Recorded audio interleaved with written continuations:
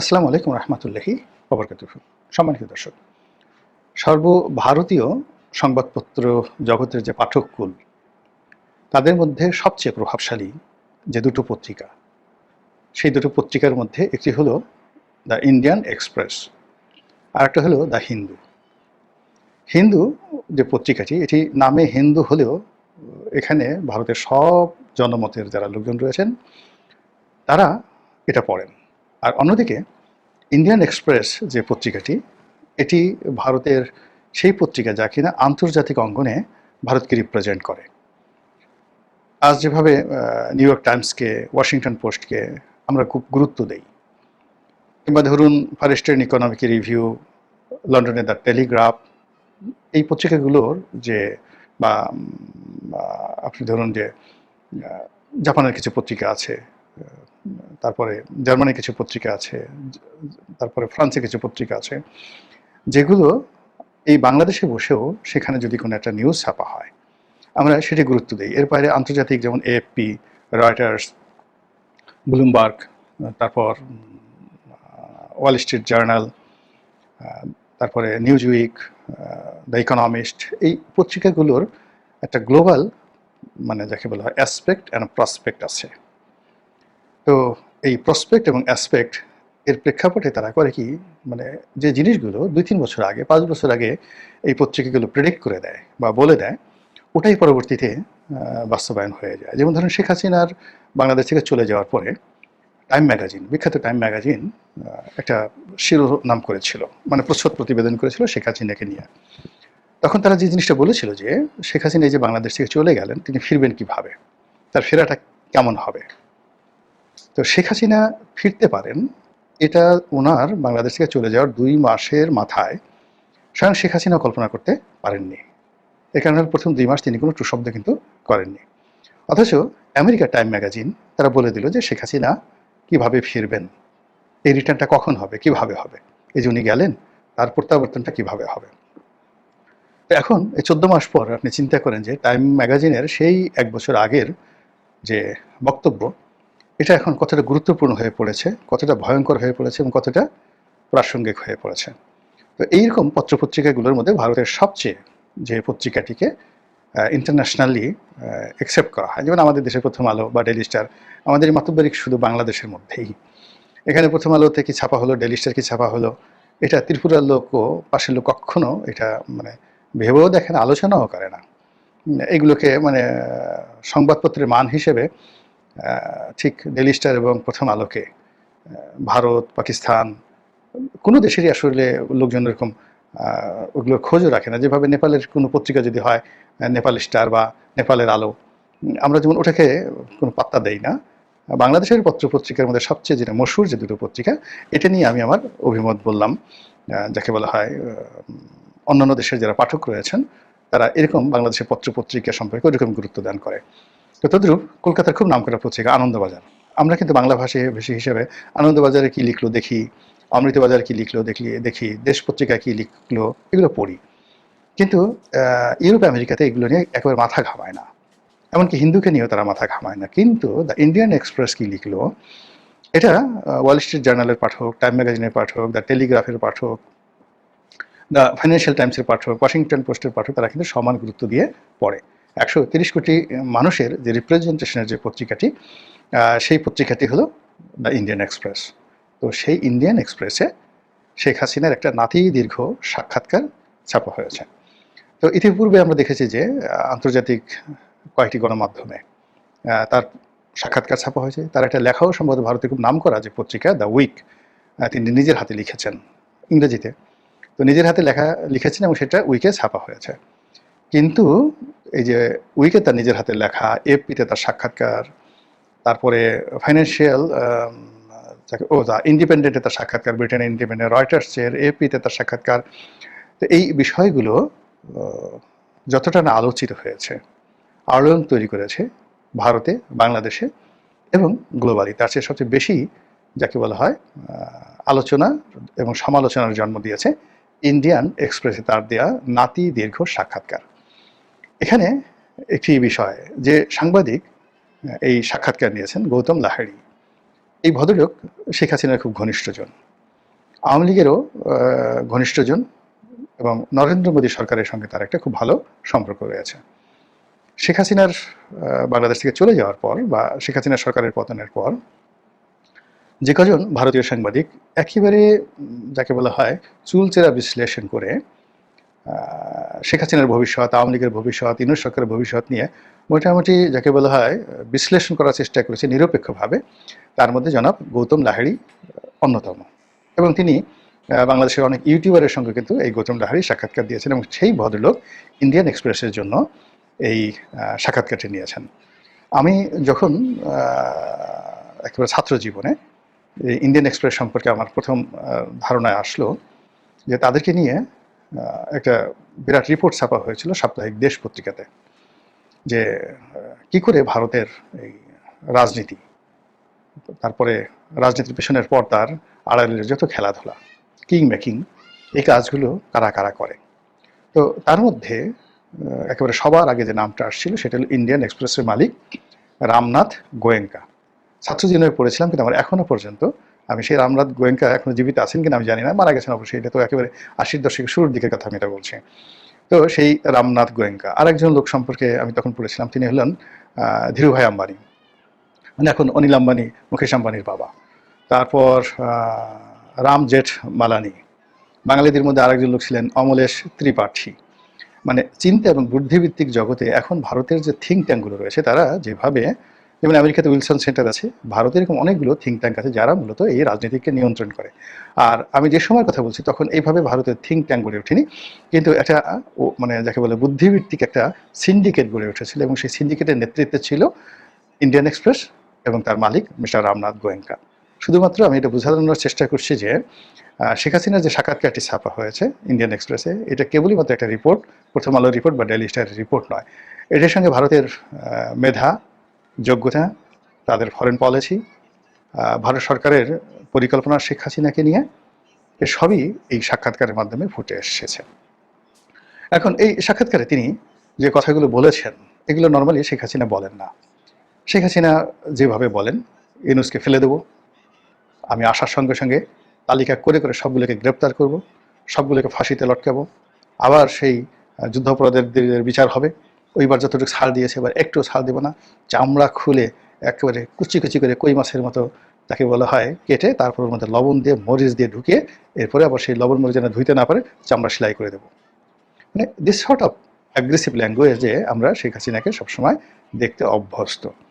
কিন্তু সেই শেখ হাসিনা এই সাক্ষাৎকারে প্রথমবারের মতো বিনয়ী হয়েছেন এবং তিনি রাষ্ট্রনায়কোচিত মনোভাব নিয়ে যেভাবে তার শাসন আমলের সকল দায় দায়িত্ব স্বীকার করেছেন, যে হ্যাঁ ওই সময় যত ভালো কাজ হয়েছে, যত মন্দ কাজ হয়েছে, সেটা কিভাবে হয়েছে সেটা পরের বিষয়। ফার্স্ট থিং হলো, যেহেতু আমি রাষ্ট্রপ্রধান, সরকার প্রধান ছিলাম, কাজে দায় দায়িত্ব তো আমারই।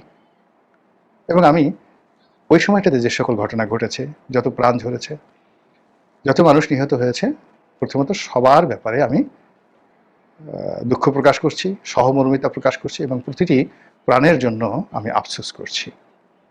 মানে এই একটা কথা যেটা শেখ হাসিনার কাছ থেকে আশাই করা যায় না। যখন এই কথাগুলো বলবে, ধরে নিতে হবে যে তখন তার একটা মাস্টার প্ল্যান নিয়ে তিনি এগুচ্ছেন এবং সেই মাস্টার প্ল্যানের পিছনে আর বড় বড় মাস্টারের যাকে বলা হয় ব্রেন কাজ করছে।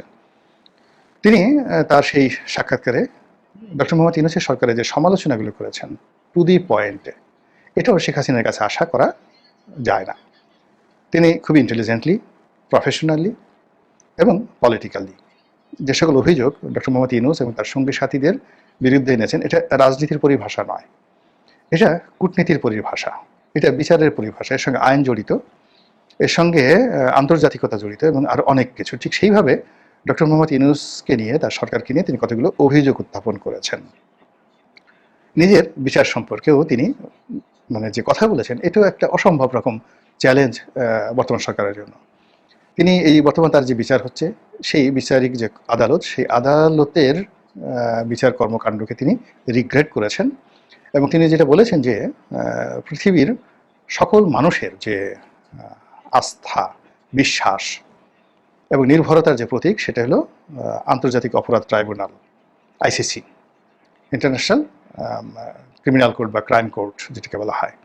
তো সেই আইসিসি যেখানে নেতানিয়াহুর বিরুদ্ধে ওয়ারেন্ট ইস্যু হয়, যেখানে বসনিয়া হার্জেগোভিনা যুগোস্লাভিয়ার যুদ্ধাপরাধীদের বিচার হয়েছে, এবং এই আইসিসির একটা রিপোর্টে আমাদের দেশের সবকিছু তছনছ হয়ে যেতে পারে। তো তিনি সরকারের প্রতি আহ্বান জানিয়েছেন যে তার বিরুদ্ধে যে অভিযোগগুলো রয়েছে সেই অভিযোগগুলো আইসিসিতে নিষ্পত্তি হতে পারে। সরকারকে তিনি চ্যালেঞ্জ দিয়েছেন তারা কেন আইসিসিতে গিয়ে তার বিরুদ্ধে অভিযোগ দায়ের করছেন না। আর আইসিসিতে যদি তার বিরুদ্ধে অভিযোগ দায়ের করা হয় এবং সেখানে সরকার যে সকল কথাবার্তা বলছে সেগুলো যদি তথ্য প্রমাণ তারা দিতে পারে, যে অভিযোগ যে আমি 1400 জনকে মেরে ফেলেছি, তো এটা নিয়ে তিনি, এই সংখ্যা নিয়ে তিনি অভিযোগ করেছেন, জাতিসংঘর প্রতিবেদনে অভিযোগ করেছেন, কিন্তু খুবই ডিপ্লোম্যাটিক্যালি। তো তিনি বলার চেষ্টা করেছেন যে বাংলাদেশের কোর্টে যে সকল বিষয় নিয়ে আলোচনা হচ্ছে, যে সকল অভিযোগ দায়ের করা হচ্ছে, তো সেগুলো নিয়ে যদি আমার শাস্তি হয়, তিনি সেটা বলেননি, মানে আমি এটার ভাব সম্প্রসারণ করছি, সেগুলো নিয়ে যদি আমার শাস্তি হয় বা আমাকে সেগুলোর ভিত্তিতে যদি আমাকে প্রত্যাবর্তন করতে বলা হয়, আমিও যাব না, আর ভারত আমাকে পাঠাবে না। কিন্তু যদি একই অভিযোগগুলো তথ্য এবং প্রমাণ সহকারে আইসিসিতে দেওয়া হয়, তাহলে তো আইসিসি আমাকে ওয়ারেন্ট ইস্যু করে দেবে, আমাকে ধরে নিয়ে যাবে, এবং সেখানে আমার বিচার হবে, এবং আরও দৃষ্টান্তমূলক বিচার হবে। এবং বাংলাদেশের জন্য এটা একটা বিরাট সুযোগ যে এরকম বাংলাদেশের একজন সরকার প্রধান যে কিনা ক্ষমতায় থেকে এত বড় মানবতা বিরুদ্ধে অপরাধ করেছেন, কাজেই তার এই বিচার আইসিসিতে হতে পারে। আর যেখানে জাতিসংঘ, এখানে মানবাধিকার কমিশন যেখানে প্রতিবেদন দাখিল করেছেন, যেখানে জাতিসংঘের মানবাধিকার কমিশন তারাও ডক্টর মোহাম্মদ ইউনূস সরকারের সাথে ঐক্যমত পোষণ করেছেন, কাজেই এই ঘটনার সাথে তো জাতিসংঘ জড়িত, কাজেই জাতিসংঘের একটি প্রতিষ্ঠান, জাতিসংঘের অন্যতম একটি মুরব্বী, সেটা হলো এই আইসিসি। সেই আইসিসিতে কেন তার বিচার হবে না? মানে এটা কিন্তু একটা চারটিখানি কথা নয়। এত বড় কনফিডেন্স, এত বড় চ্যালেঞ্জ, এটা যে কেবলমাত্র ডক্টর মোহাম্মদ ইউনূসকে দিয়েছেন তা নয়, তিনি জাতিসংঘকে চ্যালেঞ্জ দিয়েছেন, যারা এই জুলাই আগস্ট বিপ্লবের সময় ডক্টর মোহাম্মদ ইউনূসের পক্ষে কাজ করেছেন। জাতিসংঘের মানবাধিকার সংস্থাকে, অর্থাৎ সাধারণ পরিষদের মহাসচিবকে চ্যালেঞ্জ দিয়েছেন, মানবাধিকার সংস্থা যারা অফিস করেছে তাদেরকে চ্যালেঞ্জ দিয়েছেন, ডক্টর মোহাম্মদ ইউনূসকে চ্যালেঞ্জ দিয়েছেন, এমনকি আইসিসিকেও তিনি চ্যালেঞ্জ দিয়েছেন। এটা চারটিখানি একটা বিষয় নয়, এটা এই সাক্ষাৎকারে চলে এসেছে। আর তিনি যেভাবে ভুল স্বীকার করেছেন, যেভাবে তার রাজনীতির প্ল্যান ফোকাস করেছেন, অবস্থার দৃষ্টি মনে হচ্ছে যে তিনি ইন্দিরা গান্ধী ডক্ট্রিন ব্যবহার করেছেন। আপনারা জানেন যে যখন ইন 1977 সনে ভারতে জরুরি অবস্থা জারি হলো, আমি সনটা এদিক ওদিক হতে পারে, আপনারা মনে কিছু করবেন না, এর কারণ হলো আমি আসলে স্ক্রিপ্ট দেখে বলি না, যেহেতু আমি ফ্যাক্ট জানি, ফ্যাক্ট জানার কারণে অনেক সময় ডেট সন এদিক ওদিক হতে পারে, তো স্ক্রিপ্ট না দেখে বলার কারণে এটা হয়, এই জন্য ক্ষমা সুন্দর দৃষ্টিতে দেখবেন। তো যখন ইন্দিরা গান্ধী সেই তাদের দেশে জরুরি অবস্থা জারি করলেন, এবং সেই জরুরি অবস্থা প্রয়োগ করতে গিয়ে সারা ভারতবর্ষে অনেক হতাহত হলো, এবং ভারতের যত শীর্ষস্থানীয় রাজনৈতিক নেতৃবৃন্দ তাদেরকে তিনি গ্রেপ্তার করলেন, বড় বড় ব্যবসায়ীদেরকে তিনি গ্রেপ্তার করলেন, কিন্তু একটা সময় তিনি সেটা পারলেন না, সবকিছু তার নিয়ন্ত্রণের বাইরে চলে গেল। তো বাইরে চলে যাওয়ার পরে তিনি পদত্যাগ করলেন, এবং পদত্যাগ করে এই জরুরি অবস্থা জারি করা তার ভুল হয়েছে, এবং এই সময়টাতে যে সকল অপ্রীতিকর ঘটনা ঘটেছে, যে সকল অফেন্স হয়েছে, সবগুলোর দায় দায়িত্ব তিনি নিলেন। মানুষের রাগ কমে গেল, রাগ কমে যাওয়ার পরে মাত্র 3 বছরের মাথায় তিনি যে জাতীয় নির্বাচন হলো সেই নির্বাচনে বিপুল সংখ্যাগরিষ্ঠতা নিয়ে তিনি আবার ক্ষমতায় এলেন। এই যে তার ক্ষমতায় ফেরা এবং আত্মপ্রকাশ সমর্থন করা, এটি ভারতের রাজনীতিতে এখন ইন্দিরা গান্ধীর ডক্ট্রিন হিসেবে পরিচিত।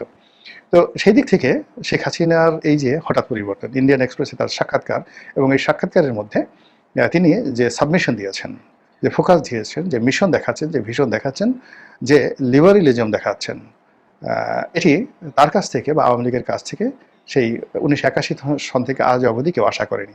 কিন্তু এই যে তার যে ইউটার্ন, হঠাৎ করে ইউটার্ন, এর সঙ্গে মনে হচ্ছে যে তার যারা পরামর্শদাতা, তার যারা প্রমোটার, এবং তার এই ক্ষমতায় ফেরার ব্যাপারে যারা ভারতে এবং আমেরিকাতে, ইংল্যান্ডে, ফ্রান্সে, ব্রাসেলসে, মানে ইউর সদর দপ্তরে, নেদারল্যান্ডসে, মানে আন্তর্জাতিক আদালত হেগে, সেখানে সুইজারল্যান্ডে যারা লবিং করছে, হাজার হাজার মানুষ কিন্তু যার যার অবস্থান থেকে লবিং করছেন।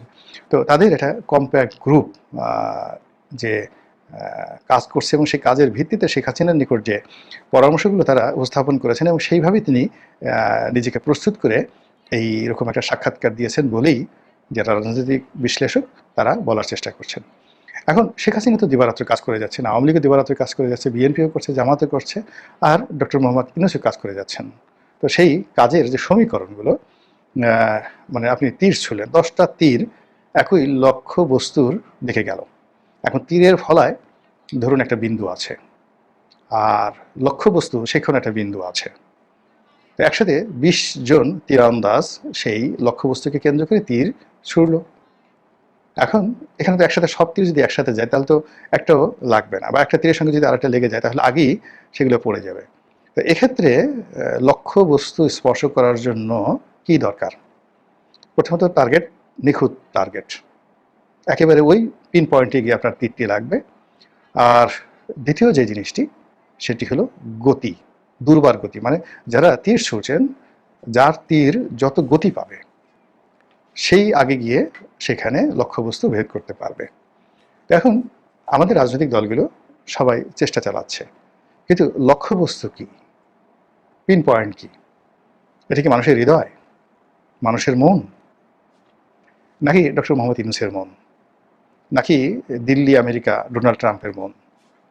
আমার কাছে মনে হচ্ছে যে জনগণের যে মন, মস্তিষ্ক, চিন্তা এবং চেতনাকে এখনও বাংলাদেশের রাজনৈতিক দলগুলো লক্ষ্যবস্তুতে পরিণত করতে পারেনি, যেটি শেখ হাসিনা করতে পেরেছেন।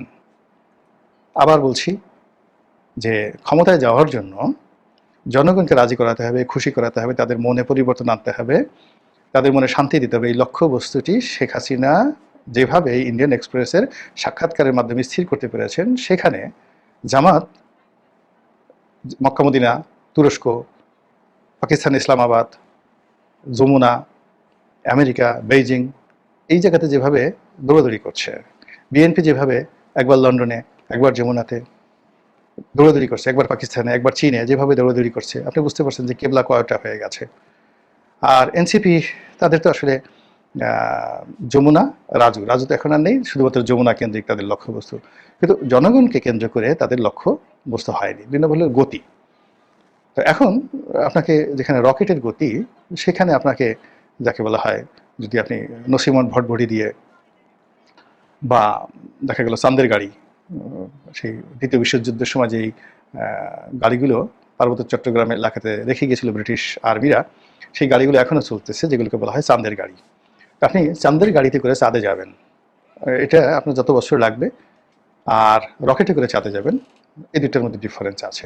তো সেক্ষেত্রে বাংলাদেশের এই যে এখন বর্তমান যে রাজনীতির অবস্থা, এখানে আপনার জনগণের মন রাজি এবং খুশি করানোর জন্য, বা তাদের মন এবং মানসিকতায় পরিবর্তন আনার জন্য একটা লক্ষ্যবস্তু। আরেকটা হলো রাষ্ট্রের যে সকল পেশি শক্তিগুলো রয়েছে, বাহিনীগুলো রয়েছে, বিদেশি দাতা সংস্থাগুলো রয়েছে, ফাইন্যান্সিয়াল ইনস্টিটিউশনগুলো রয়েছে, তারপরে ব্যবসায়ী সমাজ রয়েছে, তাদেরকে ইনফ্লুয়েন্স করার জন্য আপনার যে প্রেশার দরকার, সেই প্রেশারটা হলো আন্তর্জাতিক গণমাধ্যম। তো আওয়ামী লীগ এবং শেখ হাসিনা যেভাবে আন্তর্জাতিক গণমাধ্যমকে টার্গেট করে তাদের মাধ্যমে তাদের বক্তব্যের যে গতি, যে স্পিড তারা তৈরি করতে পারছে, সেটা আওয়ামী লীগের যারা প্রতিপক্ষ নিজেদেরকে ভাবেন, বা আওয়ামী লীগের যারা মনে করেন যে এটার কোনো অস্তিত্বই নেই, তারা সেই বাংলাদেশ সংবাদ সংস্থা বাসস, কিংবা ধরুন একটা প্রেস কনফারেন্স, কিংবা বাংলাদেশের একটা মিডিয়ার যে বক্তব্য, এটার উপরে জাস্ট নির্ভর করে যদি চোখ বুজে থাকেন, আমার কাছে মনে হচ্ছে যে আখেরে, মানে শেষ অবধি তাদের ফলাফল তাদের পক্ষে থাকবে না। মহান আল্লাহ আমাদের সবাইকে হেদায়েত দান করুন এবং হেফাজত করুন। আসসালামু আলাইকুম ওয়া রাহমাতুল্লাহি ওয়া বারাকাতুহু।